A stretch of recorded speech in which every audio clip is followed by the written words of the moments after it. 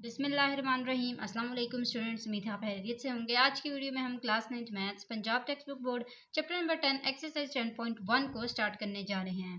Students, आज हम पढ़ने वाले हैं फंक्शंस के बारे में कि कोई भी फंक्शन हो उसका ग्राफ किस तरह बनाया जा सकता है। जैसे हम क्वाड्रेटिक इक्वेशंस को देखते हैं, इसी तरह फंक्शंस को भी देखकर उनका ग्राफ बनाया जा सकता है।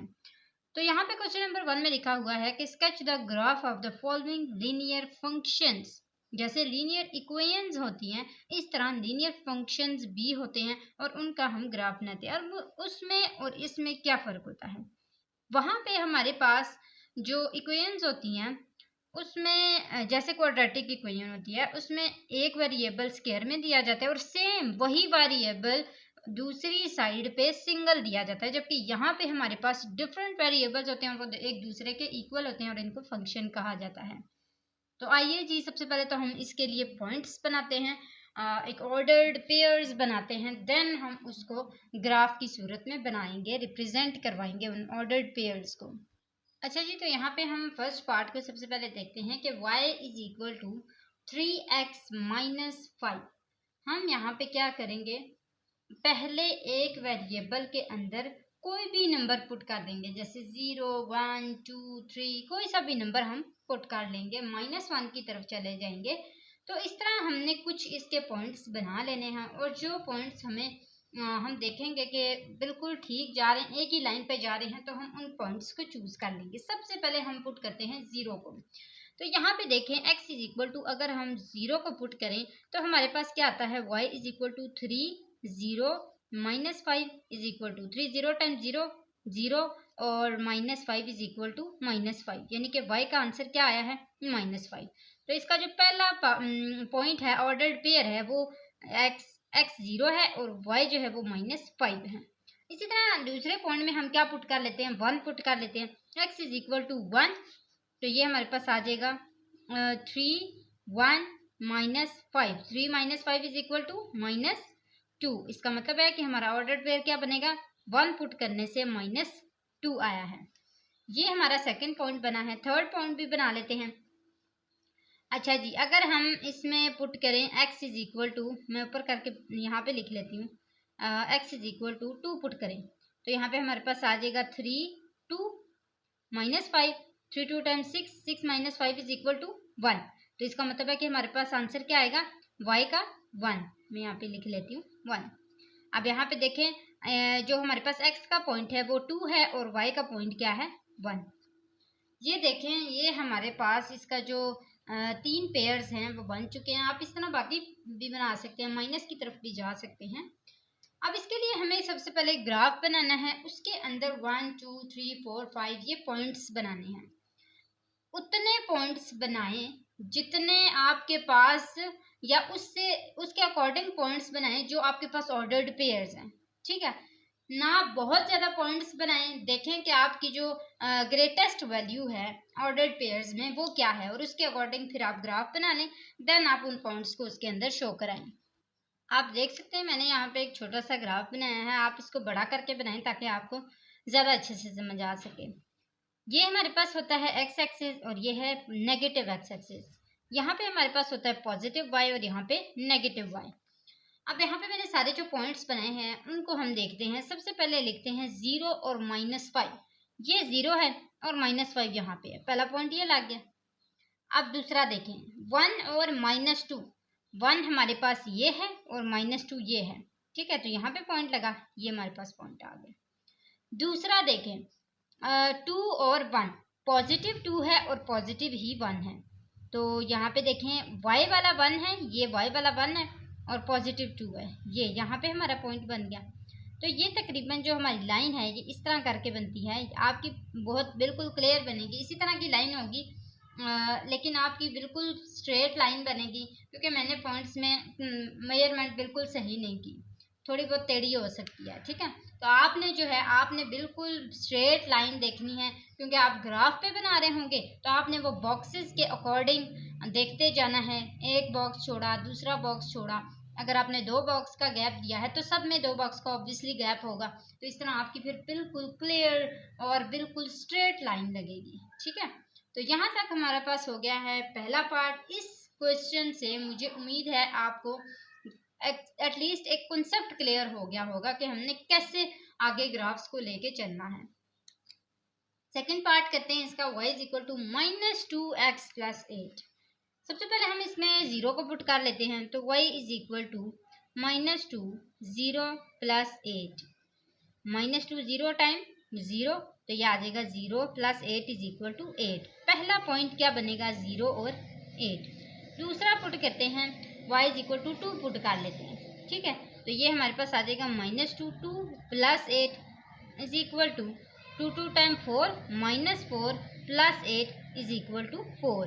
तो 2 पुट करने से क्या आंसर आया है, 4। और कर लेते हैं, y इज इक्वल टू 3 कर लेते हैं, तो -2 3 plus 8 is equal to 3 2 time -6 plus 8 is equal to 2। इसका मतलब है हमारे पास पहला क्या आया था, 3, दूसरा क्या आया है, 2। अब इसको भी हम इसी तरह ग्राफ में रिप्रेजेंट करवाते हैं। चलें जी स्टूडेंट्स, यहाँ पे ग्राफ तो बन चुका है, अब हम इनके पॉइंट्स को देख लेते हैं। 0 है यहाँ पे और 8 है, पहला पॉइंट ये बन गया।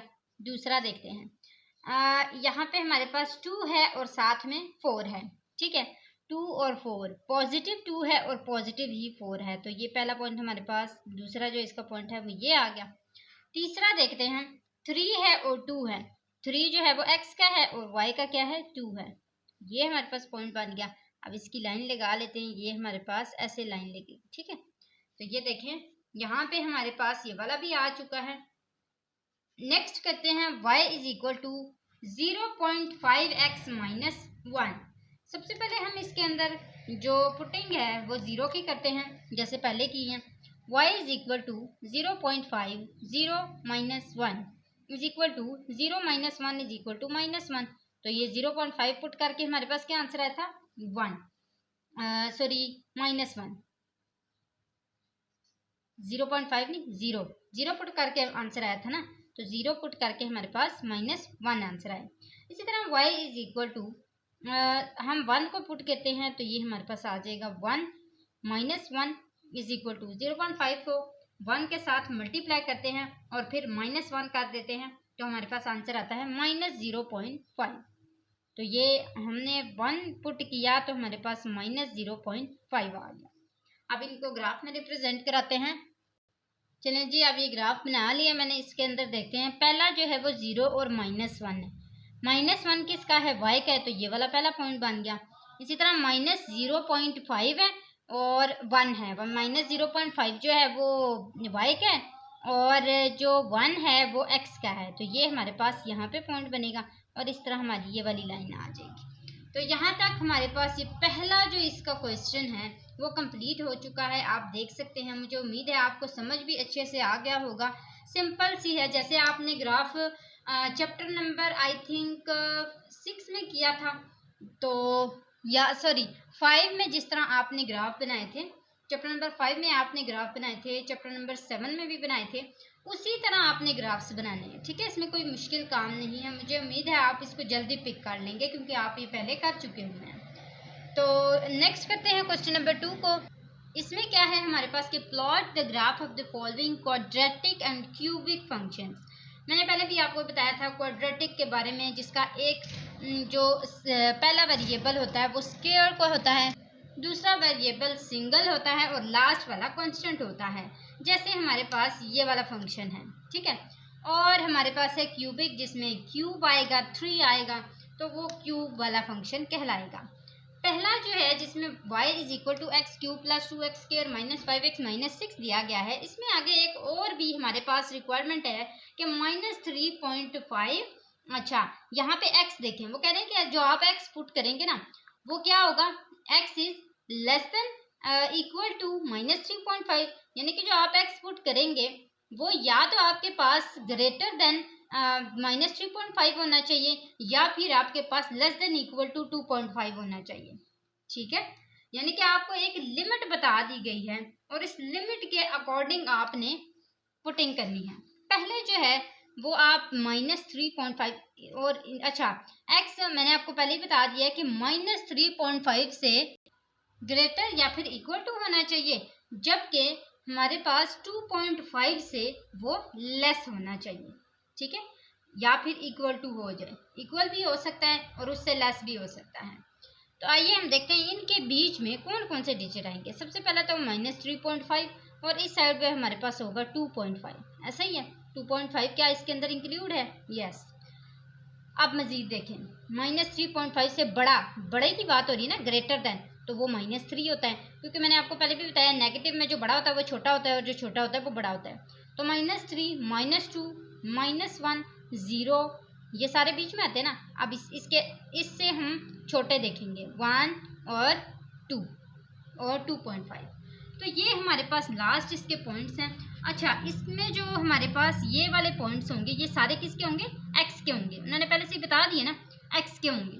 अब हमने ये सारे पुट करके इसके अंदर पुट करके वाई के बनाने हैं। जैसे मैं x is equal to -3.5 put करती हूँ, ठीक है।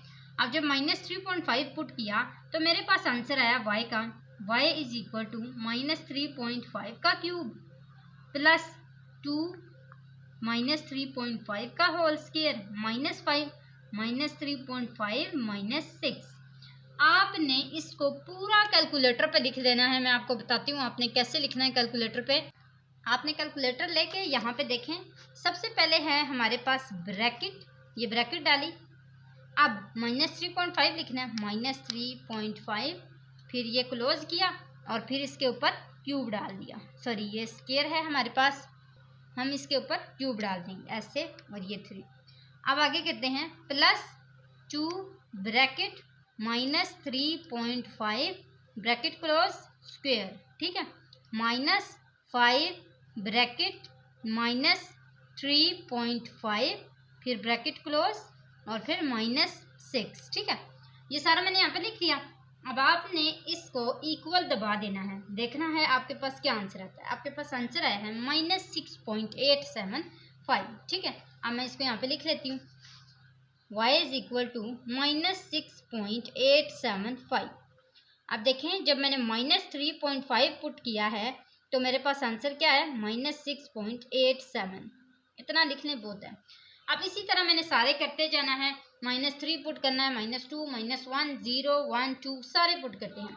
तो मैंने यहाँ पे जब सारे पुट किए, सबसे पहले तो मैंने जब -3 पुट किया था तो x इज इक्वल टू -3 मैंने पुट किया और मेरे पास कैलकुलेटर में आंसर आया था पहला। जब मैंने -3 पुट किया तो मेरे पास आंसर आया था 0। इसी तरह x इज इक्वल टू मैंने पुट किया -2 तो मेरे पास आंसर है। मैंने सारे कैलकुलेटर पे किए हैं, ठीक है। तो मैंने -2 पुट किया तो मेरे पास 4 आंसर आया। इसी तरह यहाँ पे मैंने जब -1 पुट किया तो मेरे पास 0 आंसर आया। और जब मैंने 0 पुट किया तो मेरे पास -6 आंसर आया है। और जब मैंने यहाँ पे x is equal to 1 put किया है तो मेरे पास यहाँ पे आंसर आया है -1 पुट करके -8। और जब मैंने इसमें 2 पुट किया है तो मेरे पास आंसर आया है, यहाँ पे मैं अगेन लिख लेती हूँ, 2 पुट किया है तो यहाँ पे मेरे पास आंसर आया है 0। और लास्ट जो है वो 2.5 है, वो मैं आपको यहाँ पे दिखा देती हूँ। पॉइंट वाले में आपको थोड़ा सा इशू होता है। 2.5 जब मैंने इनपुट किया तो 9.625 आंसर आया है। तो यहाँ पे मेरे पास 2.5 पुट करके 9.62 आंसर आया है। अब इन सबको मैं ग्राफ के अंदर रिप्रेजेंट करा के दिखाती हूँ आपको। यहाँ पे मैंने सारे पॉइंट्स लगा लिए हैं, यानी कि नंबरिंग दे दी है। अब मैं इसके पॉइंट्स भी लगा देती हूँ आपको। जैसे पहला पॉइंट क्या है, यहाँ पे हमारे पास -3.5 और -6.5, यानी कि पहला जो है वो -3.5x है। ये हमारे पास माइनस वाले हैं, ठीक है सारे। तो ये -3.5 ये है और -6.5 जो है वो ये है। तो यहाँ पे हमारा पहला पॉइंट बन गया। इसी तरह यहाँ पे देखें, -3 पुट करके 0 आंसर आया था तो -3 जो है वो x का है। -3 पुट करके हमारे पास 0 आंसर आया था, दूसरा पॉइंट ये बन गया। इसी तरह -1 पुट करके हमारे पास 0 आंसर आया था। -1 जो है वो x का है और ये हमारे पास -1 आ गया।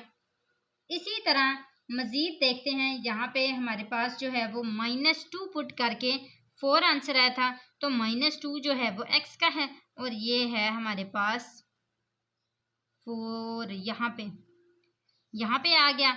इसी तरह हमारे पास 0 पुट करके -6 आंसर आया था, तो -6 जो है वो y का है, तो ये हमारे पास -6 आ गया।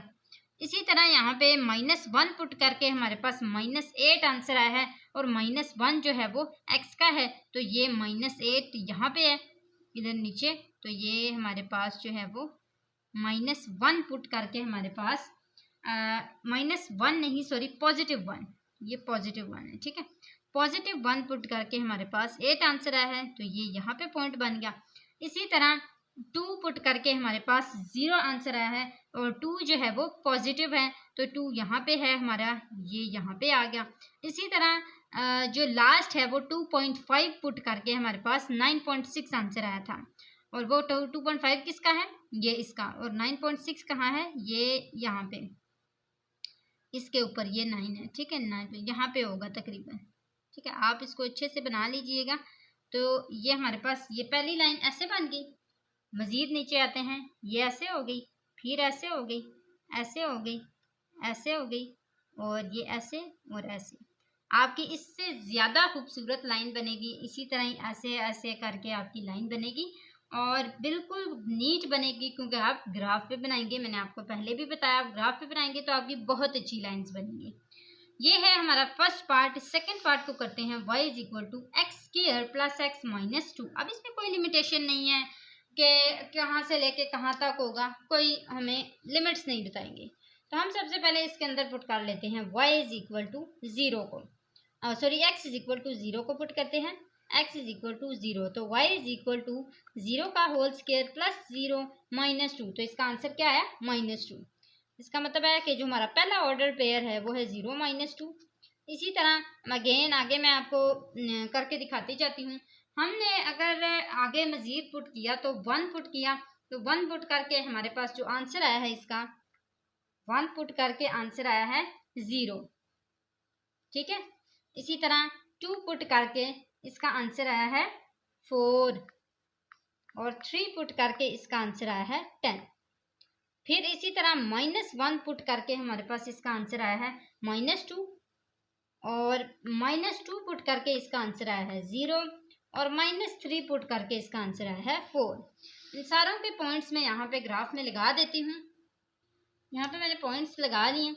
अब देखें, सबसे पहले मैंने यहाँ पे 0 पुट किया था तो -2 आंसर आया था, और -2 y में है, तो पहला पॉइंट ये बन गया।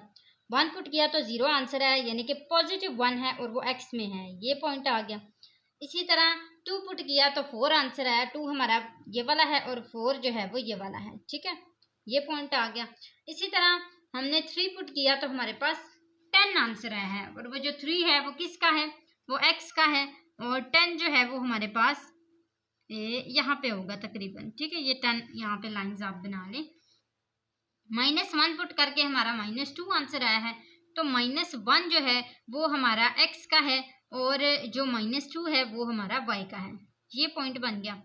इसी तरह -2 पुट करके 0 आंसर आया है, तो -2 जो है वो हमारे पास x वाला है, तो ये क्या आ जाएगा, -2 ये वाला है, और 0 पॉइंट इधर ही है।